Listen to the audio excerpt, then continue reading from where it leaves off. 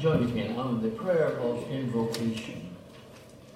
God of every grace, grant us your peace, that in the quietness that issues forth from friendliness with both men and women and with you, may we surrender our hearts and souls to you, that we, finding peace and comfort in your presence, be strengthened, uplifted and refreshed, may pass through the difficulties of this life without any fears, for our trust lies in the power of your strength, O Lord our God. Amen.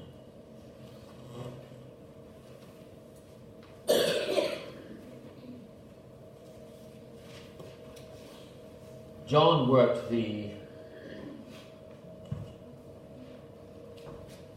11 to 7 shift at the hospital. He was an orderly. And obviously when he got home, he was pretty tired. And after a cup of coffee, which did not keep him awake, he went to bed.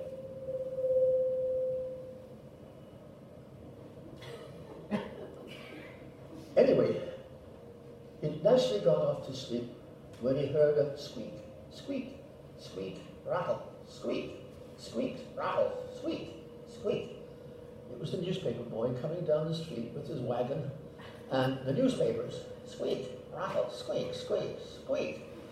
Poor John, he just couldn't get to sleep, and he figured, oh well, I'm too tired to get up and do anything about it. So he continued on waiting for this thing to disappear. But then the next morning, the same thing. Rattle, rattle, squeak, squeak, squeak, squeak. He was getting really annoyed. So he finally went downstairs and he got the oil can and he went outside and he squirted oil into the squeak, squeak, which stopped. Thank you. No more squeak, squeak. The occasional rattle, but that's not quite the same as a squeak, which is annoying. And you know as well as I do that if you have any kind of machinery and that noise is there, it is not going to help you with your work, or is it going to help the machine? Because obviously the machine needs oil. Now we've heard of the milk of human kindness. Let's substitute that for the word oil of human kindness. How many of you woke up this morning grumpy? Oh dear. Every day. Every day without fail. This is confession, isn't it? Oh, let's face it, some mornings we can relatively feel great and bounce out of bed and feel really good, but other mornings, oh, I've got to get up, and you don't even want to get up. And of course, when you look in the mirror, you get a shock, because that's not who you thought you were. But after a cup of coffee, and after maybe breakfast, and after the family gets together, your spirits pick up a little bit. But in order for you to face the challenges of the day, you say, well, Lord, what have you got in store for me today? I said that this morning when I got up. How's my travel going to be when I go to Portage? Is it going to be good? Is it going to be miserable? Should I go? Wifey was concerned. She said, you going to be all right? I said, yeah, I'll be all right. Why not? I'm not going to go traveling at 120 kilometers an hour over high-speed highways. I have a little bit more intelligence than that.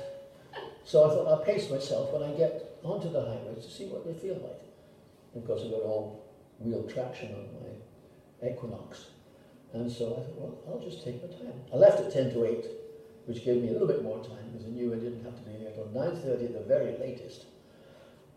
And the traffic was always on the curve, of course. You always meet the cars on the curves. But the journey was good. And I thank the good Lord for that. So we take one thing at a time. Can't help, yep. Sorry. One thing at a time. Don't try to go ahead. Don't figure 3 weeks down the road. Because all you and I have got is today, we've got this moment. And we utilize that moment to the best of our ability, and bearing in mind our Savior, with our own lives, together we can continue. And we take it a day at a time. We take one project at a time. Unfortunately, I have a friend who is going to do this, going to do that, going to do the other, and goes off in 6 different directions at once and accomplishes nothing, which must be very, very frustrating for him, and definitely for other people who are depending on him to do something. And of course, we all face that challenge at times. And so, we turn to our devotions, we turn to our private devotions, we turn to our Lord and say, look, the relationship we have with one another is more than just a Sunday morning service. It is every day. When we get up in the morning, even before we get up, when we awaken. Oh Lord, you guide me, help me to be the kind of person you think I should be, and am. Enable me to be what I'm capable of being, sort of raising us above even our own expectations. Because with Him, all things are possible. We've said that many, many times. And a little squirt of His love, a little squirt of our compassion for one another can go an awful long way. And it's not fattening. It's not fattening at all. So the next time you hear a squeak, squeak, squeak, squeak, check it out. Make sure it's not you. Being grumpy. I know, I'm that way sometimes with the dog. When I get up to go somewhere, there's the dog right at my feet. You know, he doesn't move because he's solid. So I have to step around him or over him. Well, one thing worse than that is walking across the carpet and finding one of his toys with bare feet. Yeah. So we have to have eyes at the back of our head around and we check everything. Well, makes common sense because he's part of the family too. So. The oil can does a lot. Makes life a little easier. And when our oil of human kindness is worn around our Lord Christ, and we take Him with us every day and do everything with Him, life is different.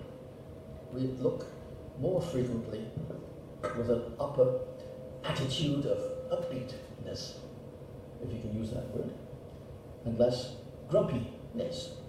Okay, you got it? Yep. Good.